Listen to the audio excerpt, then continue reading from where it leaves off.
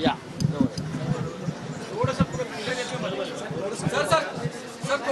थोडं या बाजूला मध्ये खांब येतो काही थोडं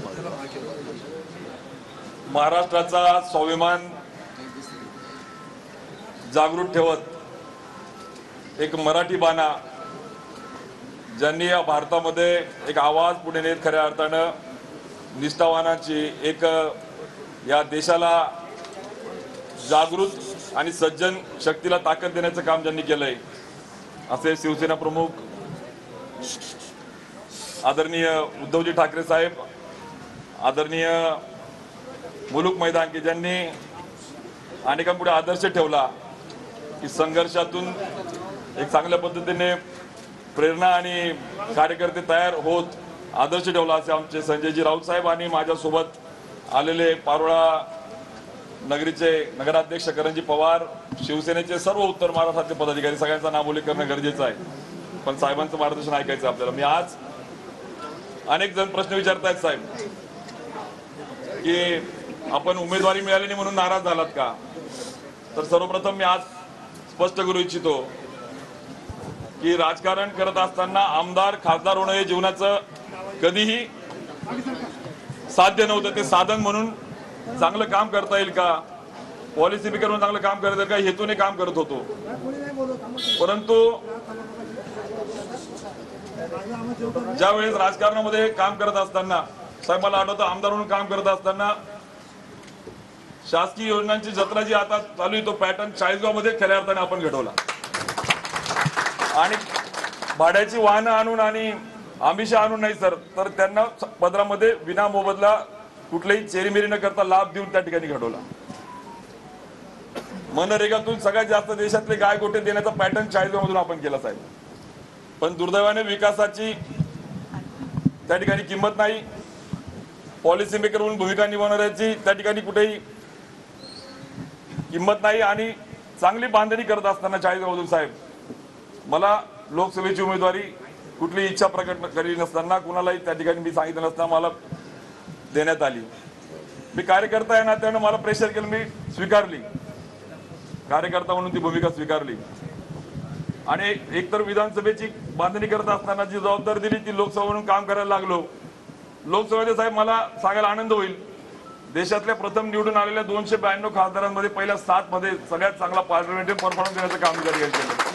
ते माझं कर्तव्य होतं आणि ग्रामीण महाराष्ट्रामध्ये 4,11,000 मतांनी जळगाव लोकसभेचं सीट मी युतीचा खासदार, एका भावाने जरी दगा दिला तरी दुसरा भाऊ शिवसेना माझ्या सोबत, याचा मला आनंद आहे. त्यावेळेस भारतीय जनता पार्टीच्या सोबत शिवसेना पाठीमागे उभी राहिली आणि आज आपण बघतो 4,11,000 त्याचे सीट निवडून आलं. पार्लमेंटमध्ये काम करत असताना प्रामाणिकपणे एक जनतेतला आणि सरकारमधला दुवा या नात्याने काम केलं. गट तट जात पात पक्ष आणि सगळ्यात महत्वाचं मला बदला घेण्यासाठी हे पद नाही मिळालं तर बदल करण्यासाठी हे पद मिळालं या भावनेने काम केलं.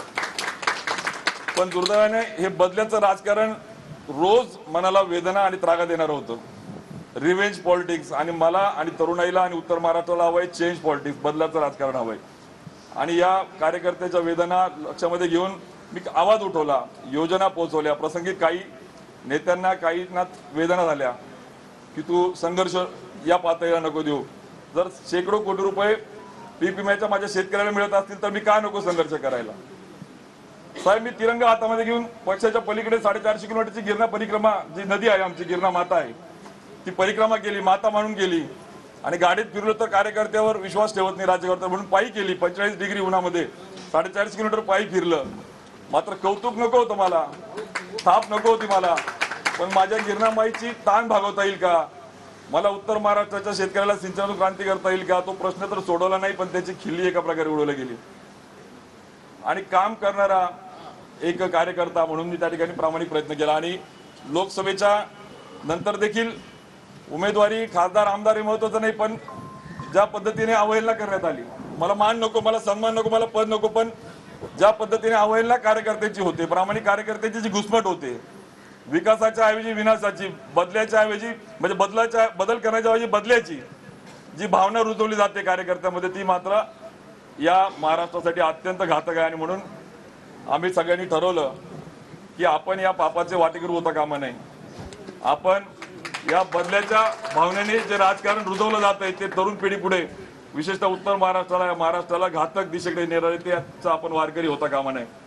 आणि म्हणून जर मान सन्मान नको पण किमान आमचा स्वाभिमान जर त्या ठिकाणी जपला जात असेल तर ठीक, पण तोही जपला जात नसेल, बैठकीला न बोलणं आणि अवमान करणं, चुकीच्या बातम्या देणं, अशा अनेक गोष्टी आज इथे बोलणं उचित नाही. पण मी आज आपल्याला विश्वास देतो आणि मी ठरवलं की हा स्वाभिमान गहाण ठेवण्यापेक्षा स्वाभिमानाने साहेब आपल्या सोबत ज्या पद्धतीने आपण स्वाभिमानाची लढाई लढतायत त्या लढाईमध्ये एक कार्यकर्ता या नात्यानं सहभागी होण्याचं आम्ही सगळ्यांनी ठरवलंय. आणि म्हणून आज मी आपल्याला विश्वास देतो की आपल्या मार्गदर्शनामध्ये शिवसेनेचा जो स्वाभिमानी बाणा आहे, ज्या मशालीची या क्रांतीतून सर्वसामान्य तरुणाईला, उत्तर महाराष्ट्राला, शेतकऱ्याला, युवा शक्तीला ताकद देण्याची गरज आहे, ती ताकद तुमच्या मार्गदर्शनाखाली शिवसेनेच्या विचाराने आम्ही त्या ठिकाणी नेऊ आणि घडू. उत्तर महाराष्ट्रामध्ये शिवसेना रुजू, मशाल क्रांतीचं प्रतीक म्हणून त्या ठिकाणी नेऊ, हा विश्वास, हे वचन आपल्या सगळ्यांच्या समोर आपल्याला देतो.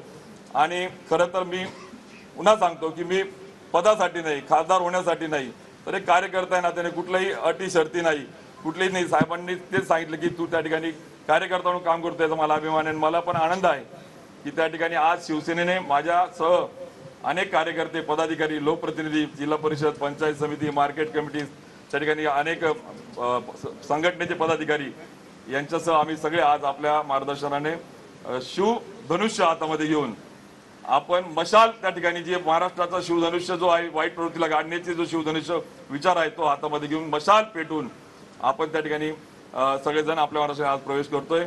मी मनापासून साहेब आपल्याला धन्यवाद देतो. जय महाराष्ट्र.